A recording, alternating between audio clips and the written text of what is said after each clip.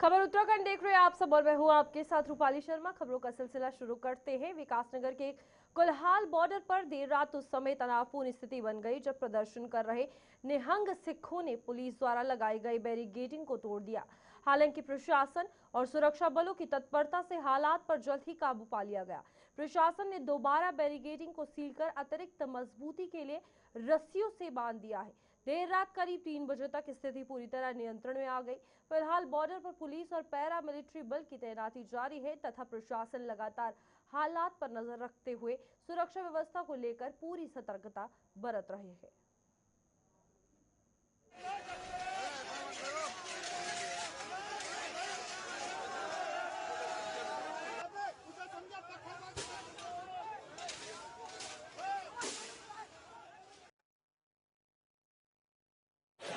प्रातः से ही कुल्हाल बैरियर पर देहरादून पुलिस लगातार पूरी मुस्तैदी के साथ लगी थी और करीब 5 बजे के आसपास जीरकपुर से कुछ लोग वहां से चल के आए थे, कुछ निहंग लोग वहां से आए थे। उनसे वार्ता की गई, बार बार उन्हें समझाने का प्रयास किया गया। उनसे कई दौर की वार्ता जो बैरियर के साथ में ही बगल में पौंटा साहिब गुरुद्वारा है, वहां पर जाके भी सभी से बात हुई थी। उसमें कुछ लोगों द्वारा हमारी बातों को मान लिया गया था और बातों का सम्मान रखते हुए लोग वहीं रुक गए थे। एक छोटा ग्रुप जिसमें करीब 15-20 लोग हैं जो वहां से निकल के दूसरे बैरियर को तोड़ते हुए उन्होंने अंदर आने की कोशिश की थी। उसको लेके हम लोग सभी लोग यहाँ पर कर रहे हैं। उत्तराखंड की, देहरादून की शांति व्यवस्था को किसी भी प्रकार से कोई भी इस प्रकार से कोई शांति को चैलेंज ना करे, इसके लिए हम सभी लोग यहाँ पर हैं और इस प्रकार का जो भी घटनाक्रम है उसको पूरी सख्ती के साथ इसमें कार्रवाई की जाएगी। हम लोग उसी का वेट कर रहे हैं। अभी जहाँ तक हमारी सूचना है, कुछ लोगों के द्वारा वापस मुड़ने की हमें अभी बात आई है। बाकी आगे जो भी डेवलपमेंट होगा इस संबंध में बताया जाएगा। सर अभी दिन भर देखने को मिला सर, अभी क्या जो स्थितियां देखने को मिली, उन्होंने बैरिकेड तोड़े, उन्होंने वहाँ पे तलवारें चलाई हैं, काफी कुछ लोग पुलिस के भी घायल बताए जा रहे हैं सर। तो क्या कुछ ठोस कार्रवाई होगी सर? क्या मुकदमा वगैरह तुरंत लिखा जाएगा? क्या ऐसा कुछ? देखिए, क्योंकि कुछ ये मामला धार्मिक भावनाओं के साथ साथ जो आपसी जो हमारे सामंजस्य को लेके भी है, जिसमें जो हमारे पर्वतीय मूल के समाज के साथ साथ जो हमारे पंजाबी भाई हैं, उन सभी की आस्थाओं से जुड़ा हुआ ये मामला है। इसलिए जितने एक सही डायरेक्शन में ये बात हो और उसके लिए पुलिस पूरी तरीके से मिनिमम फोर्स के साथ, मिनिमम बल के साथ हम लोग कोशिश करेंगे इस समस्या को जल्दी से हम लोग सुलझा लें। अगर जरूरत पड़ी तो सख्ती भी की जाएगी। अभी क्या लोकेशन है, कहाँ है लोग? अभी हम लोग वेट कर रहे हैं। सर कई और रास्ते भी हैं जहाँ से आने की देखिए, हमारी अलग अलग सभी जगह पे हमारे कई टीयर्स में हम लोगों ने सुरक्षा लगी है। हम कॉम्प्रोमाइज करके हम लड़ाई नहीं करना चाहते, हम प्यार बढ़ाना चाहते हैं। गलती उनकी तरफ से भी हुई, हमारी तरफ से नहीं हुई, पर फिर भी हम मानते हैं गलती। हम उन सिंगों की तरफ से माफी मांगते हैं। कॉम्प्रोमाइज करके इस चीज को खत्म किया जाए। 4 सिंगों को बाइज्जत अपना जैसे पंजाब में वापस भेजा जाए। ठीक है, हम किसी तरीके का लड़ाई दंगा माहौल खराब नहीं करना चाहते, ना हम किसी तरीके की है ना कि किसी भी तरीके का जो है लॉ एंड ऑर्डर खराब करना चाहते हैं। बहुत शांतमय तरीके से सतनाम वाहिगुरु का जाप करते हुए, मूल मंत्र का जाप करते हुए अपना हेमकुंड साहब जाना चाहते हैं। और वापसी में ये पुलिस प्रशासन से अभी हमारी अंदर एसपी साहब से भी बात हुई है, फुल्लर साहब से भी बात हुई है, काफी बड़े अधिकारी अंदर थे, सबसे बात हुई है। सबको हमने यही बोला कि हमें अपनी यात्रा पूरी करने दीजिए उन्होंने, और हमें आश्वासन दिया कि 2-4 दिनों के अंदर हम उनकी बेल करवा देंगे निहंग सिंहों की। तो हमारी यही मांग है कि 2-4 दिन के लिए हमें जो हमारी यात्रा है, हमें यात्रा कर लेने दीजिए, ताकि जो हम वापसी के अंदर है तब तक उनकी जमानत हो जाए और हम उनको अपने साथ पंजाब लेके जा सके। इससे आप कब तक रहेंगे यहाँ पे? जब तक हमारे सिंह हमें नहीं मिलेंगे तब तक हम यहाँ से वापस। उत्तराखंड में बेटी बचाओ बेटी पढ़ाओ अभियान के सकारात्मक परिणाम अब साफ तौर पर दिखाई देने लगे हैं। इस बीच मुख्यमंत्री पुष्कर सिंह धामी ने कहा कि प्रधानमंत्री नरेंद्र मोदी के नेतृत्व में शुरू किया गया अभियान प्रदेश में व्यापक स्तर पर सफल रहा है। उन्होंने बताया कि वर्ष 2014-15 की तुलना में बालिका जन्म और लिंग अनुपात से जुड़े आंकड़ों में उल्लेखनीय सुधार दर्ज किया गया है। मुख्यमंत्री के अनुसार सरकार की विभिन्न जन कल्याणकारी योजनाओं जागरूकता अभियानों और समाज की बदलती सोच के कारण बेटियों के प्रति सकारात्मक माहौल बन रहा है। इस बीच उन्होंने कहा कि राज्य सरकार बेटियों की शिक्षा, सुरक्षा और साथ ही साथ सशक्तिकरण के लिए लगातार प्रभावी कदम उठा रही है। मुख्यमंत्री ने विश्वास जताया कि जनभागीदारी और सरकारी प्रयासों के दम पर उत्तराखंड इस दिशा में भी आगे बेहतर प्रदर्शन करता रहेगा।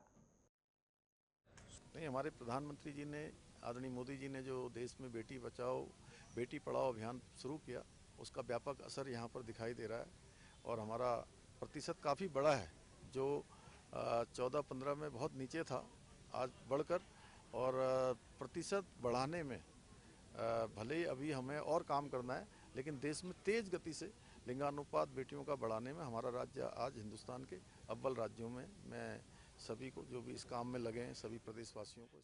रुड़की क्षेत्र की जनता को जल्द ही बड़ी राहत मिलने वाली है। सोलानी नदी पर बन रहा नया पुल अब अपने अंतिम चरण में पहुंच चुका है। परिवहन मंत्री प्रदीप बत्रा ने निर्माणाधीन पुल का निरीक्षण कर अधिकारियों से कार्य की प्रगति की जानकारी ली। उन्होंने कहा कि लंबे समय से क्षेत्रवासी इस पुल की मांग कर रहे थे, जिसे सरकार ने गंभीरता से लेते हुए निर्माण कार्य शुरू करवाया है। मंत्री ने निर्माण की गुणवत्ता पर विशेष जोर देते हुए कहा कि आधुनिक तकनीक और उच्च गुणवत्ता वाली सामग्री के तैयार किया जा रहा है। ये पुल छात्रों, किसानों और रोजाना आवागमन करने वाले लोगों के लिए बेहद लाभकारी साबित होगा। सोलानी पुल 2, मैं समझता हूँ ये सेकंड पार्ट जो है इसका रेडी हो गया है और ये रुड़की जनता के लिए, एक तरक्की के लिए मैं समझता हूँ कि बहुत अच्छा साबित होगा। और आज हम यहाँ पर आए हैं, हमने यहाँ की गुणवत्ता चेक करी है और जैसा कि लोगों से वादा किया था कि मानसून से पहले पुल जो है ज़मीन से उठकर जो है अपने लेवल पे आ जाएगा। और आज देखिए इसमें गाटर लगने शुरू हो गए हैं। अब काम रुकेगा नहीं, बरसात होगी तब भी काम लगातार चलता रहेगा। गाटर के बाद इसमें स्लैब का कार्य करा जाएगा और मैं समझता हूँ कि बहुत अच्छा। देहरादून प्रेस क्लब में आयोजित प्रेस वार्ता में कांग्रेस के वरिष्ठ राज्यसभा सांसद रंजीत रंजन ने शिक्षा व्यवस्था, परीक्षा प्रणाली और युवाओं के भविष्य से जुड़े मुद्दों पर केंद्र सरकार को घेरा। उन्होंने कहा कि लगातार सामने आ रहे पेपर लीक मामलों और शिक्षा के बढ़ते व्यवसायीकरण से छात्रों का विश्वास कमजोर हुआ। सांसद ने कहा कि कांग्रेस नेता राहुल गांधी के नेतृत्व में पार्टी युवाओं की आवाज को मजबूती से उठा रही है। उन्होंने नीट पेपर लीक प्रकरण का उल्लेख करते हुए प्रभावित छात्रों के प्रति संवेदना व्यक्त की और दिवंगत छात्रा रिया थापा को श्रद्धांजलि अर्पित की। आज एक बहुत ही गंभीर चिंता जो देश के हमारे भविष्य, हमारा फ्यूचर, युवाओं से जुड़ा हुआ मुद्दा है। और ये मुद्दा ही नहीं है, हम आपके सबके घर की, नौकरी पाने की, पढ़ाई करने की और इस शिक्षा के व्यवसायीकरण के कारण छात्राओं के दर की पेश की परीक्षा प्रणाली अब चयन नहीं है, अस्वीकार की मशीन बन चुकी है। लगातार पेपर लीक से एक पूरी पीढ़ी का भरोसा तोड़ दिया है। सरकार इनकार करती है, टालती है। भाजपा नेता एवं पूर्व दर्जा मंत्री बिट्टू कर्नाटक ने द्वाराहाट विधायक के उस बयान की कड़ी निंदा की है जिसमें कथित तौर पर प्रधानमंत्री और उनके परिवार को लेकर टिप्पणी की गई थी। उन्होंने कहा कि राजनीतिक मतभेद लोकतंत्र का हिस्सा है, लेकिन किसी भी जनप्रतिनिधि द्वारा अमर्यादित भाषा का प्रयोग करना उचित नहीं है। बिट्टू कर्नाटक ने कहा कि जनप्रतिनिधियों को अपने पद की गरिमा और मर्यादा का ध्यान रखना चाहिए। उन्होंने संबंधित विधायक से सार्वजनिक रूप से माफी मांगने की मांग करते हुए कहा कि जनता विकास और जनहित के मुद्दों पर चर्चा चाहती है। देखिए, द्वाराहाट के माननीय विधायक जिस प्रकार से देश के प्रधानमंत्री जी के परिवार, उनके पिताजी के ऊपर एक अनर्गल टिप्पणी की है, मुझे लगता है वो अपना मानसिक संतुलन खो चुके हैं। विधायक, सांसद, मुख्यमंत्री, प्रधानमंत्री ये एक ऐसे पद हैं जिसे जनता चुनती है और वो सबके होते हैं। माननीय विधायक जी इस बात को भूल गए कि वो देश के प्रधानमंत्री जी के बारे में बोल रहे हैं। आप किस दिशा में जाना चाहते हैं? आपकी सोच क्या है? आप युवाओं को किस दिशा में ले जाएंगे? आप विकृत मानसिकता के व्यक्ति हैं और आप लगातार, एक बार नहीं, एक मर्तबा नहीं है, कि बार बार उनके द्वारा ऐसे कुकृत्य किए जाते हैं, अशोभनीय। उत्तराखंड में बढ़ती धोखाधड़ी और ठगी के मामलों के बीच एक चौंकाने वाला मामला सामने आया है। पूर्व मुख्यमंत्री तीरथ सिंह रावत के भांजे विक्रम राणा ने अपने साथ करीब 20 करोड़ रुपए की कथित लूट और धोखाधड़ी होने का दावा किया है। इस मामले ने राजनीतिक और सामाजिक हलकों में चर्चा तेज कर दी है। विक्रम राणा ने कुछ लोगों पर गंभीर आरोप लगाते हुए पूरे घटनाक्रम को सार्वजनिक किया है। इस मामले में जांच और आरोपों की सच्चाई को लेकर अब कई सवाल उठ रहे हैं। पूरी कहानी जानिए हमारे संवाददाता धनराज गर्ग की इस विशेष रिपोर्ट में।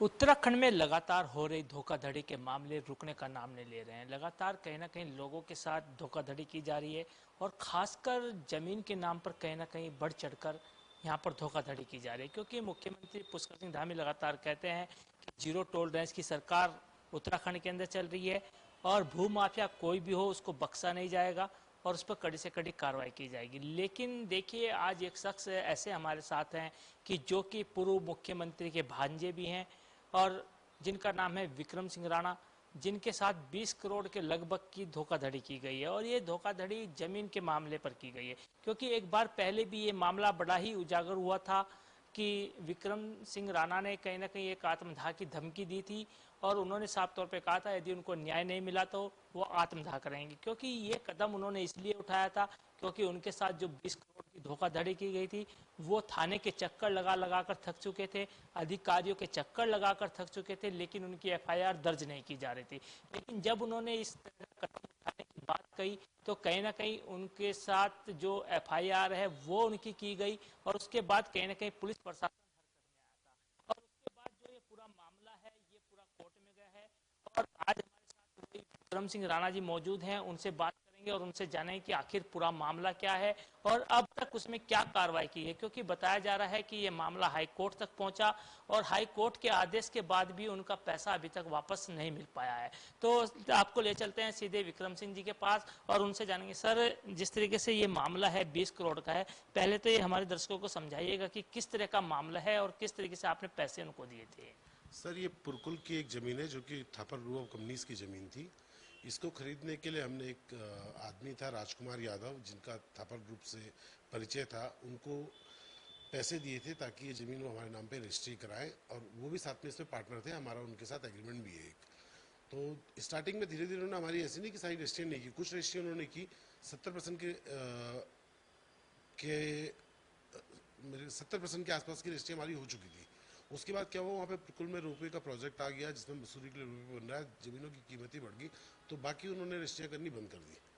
और जब हमने पूछा क्यों नहीं, बोला अभी रजिस्ट्री नहीं हो सकती, कभी ED का मामला बताया, कभी कुछ बताया, बोला अभी नहीं कर देंगे, 6 महीने में कर देंगे, कुछ कर देंगे। लेकिन 1 साल बीत गया, उन्होंने रजिस्ट्रियाँ तक नहीं की, न कोई हमें रिप्लाई दिया, न हमारा पैसा वापस किया। मजबूर होकर उसके बाद मुझे एक कंप्लेन देनी पड़ी और वो कंप्लेन पर भी जब कोई कार्रवाई नहीं हुई तो मैंने आत्मदाह की कोशिश की। उसके बाद एक FIR रजिस्टर्ड हुई। FIR रजिस्टर्ड होने के बाद ये लोग सीधा हाई कोर्ट दौड़े। इन्होंने एंटिसिपेटरी बेल ली और हाई कोर्ट में इस FIR को चैलेंज किया और क्वेश्चन करने के लिए इसको हाई कोर्ट गए। हाई कोर्ट ने जब इसमें जांच पड़ताल की, इसमें 3-4 महीने जांच पड़ताल चली, हाई कोर्ट ने ये पाया, जो हाई कोर्ट के आदेश में है, कि इन्होंने झूठ बोला हुआ है। कोर्ट में भी झूठ बोल के इन्होंने बेल ली है और इनके पास पैसा आ रखा है। तो हाई कोर्ट ने इस पर इनके ऊपर 2.5 लाख का फाइन भी लगाया, इनकी बेल भी कैंसिल कर दी है। 3 जून को ये आदेश आया था, 3 जून से आज ऑलमोस्ट 22-23 दिन हो गए। जैसे इनकी बेल कैंसिल हुई थी, इनके झूठ पकड़े गए थे, तो पुलिस को इनको उठाना चाहिए था, गिरफ्तार करना चाहिए था, जो कि अभी तक नहीं किया। सर, वो जो लिखित आदेश है हाई कोर्ट का है, वो जरा दिखाइएगा कि क्या कुछ आदेश उसमें दिया गया है कि जो लोग हैं उनकी बेल कैंसिल की गई है और उसके साथ ही उन्होंने कबूल भी किया है कि 18 करोड़ रुपए कुछ उन्होंने कबूल किए थे। ये हाई कोर्ट की जो 21 पेज की वर्डिक्ट है, 21 पेज का इसमें जो हाई कोर्ट ने फैसला दिया है, यहाँ पे लिखा हुआ है जज साहब ने, जज साहब के सामने हरीश यादव इन्होंने 18 करोड़ 35 लाख रुपए लेने की बात कबूल की है। जो एक इनमें से मेन वो है आदमी हरीश यादव और राजकुमार यादव। हरीश यादव ने बोला है कि हमने 18 करोड़ 35 लाख रुपए लिए हुए हैं। ये कबूल करने के बाद भी उन्होंने आपको ये पैसा नहीं दिया? नहीं, कोई कबूल नहीं दिया। उसके बाद जब हाईकोर्ट ने इस पर सारी इंक्वायरियाँ की तो लास्ट में फैसले में ये लगाया कि इन्होंने कई तथ्य, यहाँ पे साफ लिखा है कि इन्होंने कई तथ्य लास्ट है इस 30 नंबर जो लाइन है हमारे इस फैसले की, इसमें क्लियर लिखा है कि इन्होंने अदालत से झूठ बोल के बेल ली है, बार बार झूठ बोला है, कोर्ट को गुमराह किया है, और उस गुमराह करने के कारण कोर्ट ने इन पे 2.5 लाख का फाइन भी लगाया और पुरानी इनकी सारी बेल्स वगैरह कैंसिल कर दी है। आप क्या चाहते हैं कोर्ट के आदेश के बाद, आप क्या चाहते हैं कि क्या कुछ होना चाहिए? पहले तो इनकी गिरफ्तारी होनी चाहिए। जब क्लियर कट मामला हो गया है कि इन्होंने हाई कोर्ट में भी झूठ बोला है, झूठे डॉक्यूमेंट दिए हैं और पैसा एक्सेप्ट कर लिया है, मैं 19.5 करोड़ बोल रहा हूँ, 1835 बोल रहे हैं, इन्होंने 1835 एक्सेप्ट किया है ना, तो 1835 ही वापस कर दो भाई, ब्याज के साथ, मेरे 2 साल का ब्याज ला के, सरकारी ब्याज ला के। और सबसे पहले तो पुलिस को ये करना चाहिए था, इनको उठा के गिरफ्तार करना चाहिए था और उस प्रॉपर्टी को सीज करना चाहिए था। तीनों बैंक खाते, जिन तीनों बैंक खातों में मेरा पैसा गया है, उन तीनों खातों को तब तक सीज रखना चाहिए था जब तक कि कोई फैसला नहीं हो जाता। ये एक प्रॉपर इंक्वायरी होती है। मैं थोड़ा बोल रहा हूँ कि एक दिन में पैसा मिल जाता है, ये एक दिन में पुलिस वाले इंक्वायरी कर देंगे, पुलिस को भी टाइम लगता है, 2 साल तो लग गए, क्या पता 1 साल और लग जाए, लेकिन आप उन खातों को सीज तो करो, उस जमीन को सीज तो करो, ताकि कहीं पैसा इधर उधर ना हो जाए, और इंक्वायरी करो। उसके बाद जैसे आपको लगता है कि ये गलत है या मैं गलत हूँ, तब खोल दो ना, सीज खोल दो, तब फैसला हो जाएगा। बिल्कुल उनका कहना सही है। यदि पुलिस को लगता है कि जो जिन खातों में पैसा गया है उनको सीज किया जाना चाहिए, और अगर पुलिस को लगता है कि ये गलत है तो उसके उस हिसाब से कार्रवाई की जानी चाहिए। यानी कि कहा जाए कि जो सही है उसको सही ठहराया जाना चाहिए और जो गलत है उसको गलत ठहराया जाना चाहिए, और जो गलत है उस पर कहीं ना कहीं कड़ी कार्रवाई भी की जानी चाहिए। लेकिन जिस तरीके से हाई कोर्ट के सामने उन्होंने 18 करोड़ 35 लाख रुपए लेने की बात कबूल की है, तो उसके बाद कहीं ना कहीं जो उनकी बेल कैंसिल की गई है, तो सबसे पहले कहीं ना कहीं पुलिस प्रशासन को ये करना चाहिए कि जो उनकी बेल कैंसिल की गई तो उसके बाद उनको गिरफ्तार किया जाना चाहिए, और गिरफ्तार करने के बाद उनकी जो पूरी कार्रवाई है वो की जानी चाहिए। तब जाकर इसका जो न्याय है वो कहीं ना कहीं विक्रम सिंह जी को मिल पाएगा। और विक्रम सिंह जी का कहना भी यही है कि जो न्याय है वो उनको मिलना चाहिए और उनका पैसा जो है वो उनको वापस दिलाया जाना चाहिए। लेकिन अब देखने वाली बात होगी कि क्या विक्रम सिंह राणा जी को वो पैसा वापस मिलता है या नहीं मिलता है, तो आने वाला वक्त बताएगा। लेकिन ये बात स्पष्ट है कि जिस तरीके से एक कहा जाए कि एक पूर्व मुख्यमंत्री के भांजे को न्याय नहीं मिल पा रहा है, तो आम जनता को न्याय किस तरीके से मिलेगा, ये कहीं ना कहीं सवालों का घेरा जरूर बनता हुआ नजर आता है। कैमरा सहयोगी वीरेंद्र थपलियाल के साथ धनराज गर्ग, JK 24/7 न्यूज, देहरादून। राजधानी देहरादून के केदारपुरम स्थित नारी निकेतन का जिलाधिकारी डॉक्टर आशीष चौहान ने निरीक्षण कर व्यवस्थाओं का जायजा लिया। इस दौरान उन्होंने भोजन, साफ सफाई, सुरक्षा, स्वास्थ्य सुविधाओं और वहां निवासरत महिलाओं को उपलब्ध कराई जा रही अन्य व्यवस्थाओं की समीक्षा की। निरीक्षण के बाद जिलाधिकारी ने बताया कि अधिकांश व्यवस्थाएं संतोषजनक पाई गई हैं। हालांकि कुछ क्षेत्रों में सुधार की आवश्यकता को देखते हुए संबंधित अधिकारियों को आवश्यक निर्देश दिए गए हैं। उन्होंने कहा कि नारी निकेतन में रहने वाली महिलाओं को सुरक्षित, सम्मानजनक और बेहतर वातावरण उपलब्ध कराना प्रशासन की सर्वोच्च प्राथमिकता है। ओवरऑल कंडीशंस ठीक हैं, बेटर है, नीट एंड क्लीन है, और जो इनके अरेंजमेंट्स हैं अभी तक सेटिस्फैक्ट्री हैं, लेकिन जो और फर्दर इम्प्रूवमेंट किए जाने हैं, जैसे बच्चों के लिए जो एजुकेशनल सॉफ्टवेयर्स हो सकते हैं जो टीवी के थ्रू उनको दिखाए जा सकते हैं, तो उन सारे एस्पेक्ट्स को मैंने एग्जामिन करके अप्रोप्रिएट एक्शन लेने के लिए कंसर्निंग ऑफिसर्स को बोला है। इस बीच एक बड़ी खबर सामने आ रही है, जहां पर आपको बता दें कि अल्मोड़ा में आयोजित प्रेस वार्ता के दौरान द्वाराहाट विधायक मदन मिश्र ने राज्य सरकार और भाजपा पर कई मुद्दों को लेकर निशाना साधा। उन्होंने आरोप लगाया कि हाल ही में द्वाराहाट में आयोजित एक सरकारी कार्यक्रम में प्रोटोकॉल का उल्लंघन किया गया। साथ ही अपने नाम से जुड़े कथित ऑडियो वीडियो विवाद पर प्रतिक्रिया देते हुए उन्होंने कहा कि AI तकनीक के दौर में किसी की आवाज और ऑडियो तैयार किए जा सकते हैं। इस बीच विधायक ने जल जीवन मिशन में अनियमितताओं, भर्ती परीक्षाओं में पेपर लीक और युवाओं के भविष्य से जुड़े मुद्दों पर भी सरकार से जवाब मांगा।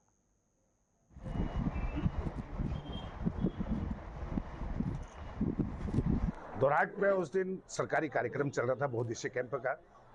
वैसे तो इसका कोई उद्देश्य नहीं होता है, लोग भी अब आने बंद हो गए हैं। पहले लोगों की भीड़ होती थी कि काम होते थे, लेकिन अब वहाँ पे कोई काम का निराधन नहीं होता। लेकिन जब से बहुउद्देशीय कैंप की कमान इनके जिला अध्यक्षों ने भाजपा के और इनके जो चिंटू मिंटू नेता हैं उन्होंने संभालने की कोशिश करी, तब से जो है बहुउद्देशीय कैंप का भी कोई श्रेय नहीं है। तो उसमें यही रहा कि जिलाध्यक्ष इनका जो है माइक लेके वो जो है कैंप को चला रहा था, उसमें हमारा एक विरोध था, क्योंकि ना वो कोई पदाधिकारी था वो भाजपा का पदाधिकारी होगा, लेकिन सरकार का कोई पदाधिकारी नहीं था। इस पे हमारा विरोध था। जल जीवन मिशन और पेपर लीक पर भी आपने बातें रखी, क्या पूरा मामला? अब देखिए ना, पेपर लीक, जब एक पेपर लीक नहीं संभल पाएगा, इनसे इन बच्चों के भविष्य नहीं संभाल पाएंगे तो देश को क्या संभालेंगे? आप ही देखिए ना, कितने बच्चों ने सुसाइड किया है, कितने बच्चों ने अपनी जान दी है, इसका जिम्मेदार कौन रहेगा? और हम लोग तो चलिए, बुलेटिन में अभी के लिए इतना ही। खबरें आगे भी जारी रहेंगी। नमस्कार।